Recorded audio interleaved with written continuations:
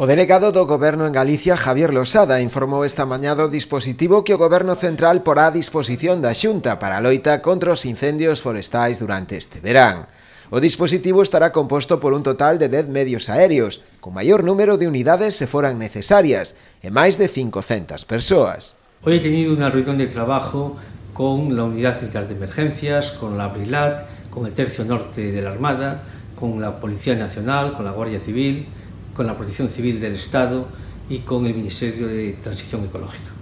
El objetivo era conocer, estudiar y preparar todos los medios que el Gobierno de España va a poner a disposición de la Xunta de Galicia en la lucha contra el fuego, contra los incendios en la temporada de verano y de otoño. Son medios aeronáuticos, son medios de personal, es material para que la Xunta de Galicia, en caso que lo necesite, tenga el apoyo del Gobierno de España. Estamos hablando de 10 hidroaviones, en este momento de cerca de 500